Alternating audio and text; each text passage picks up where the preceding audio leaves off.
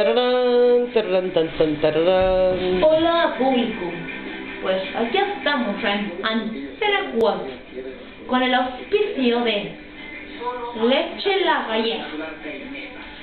En otras noticias, en el País Vasco ha habido un problema con la ECO, que quiere resolver los problemas a golpes y quiere eliminar la civilización de España. Bueno, en otras noticias más importantes,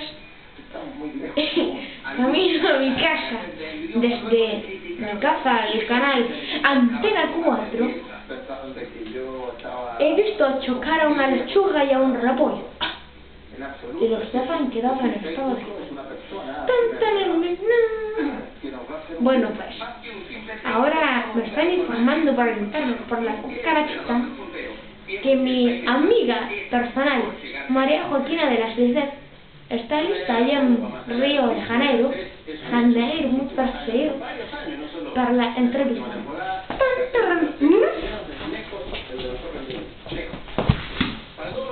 Boa noite, queridos amigos.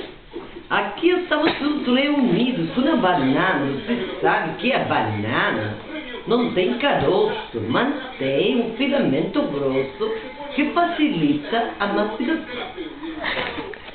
Amigos, a preocupação de toda a gente hoje no Brasil é sobre na próxima eleição do seu presidente, senhor Lula da Silva. O movimento internacional está fazendo muitas ações por corrigir os passos do seu presidente.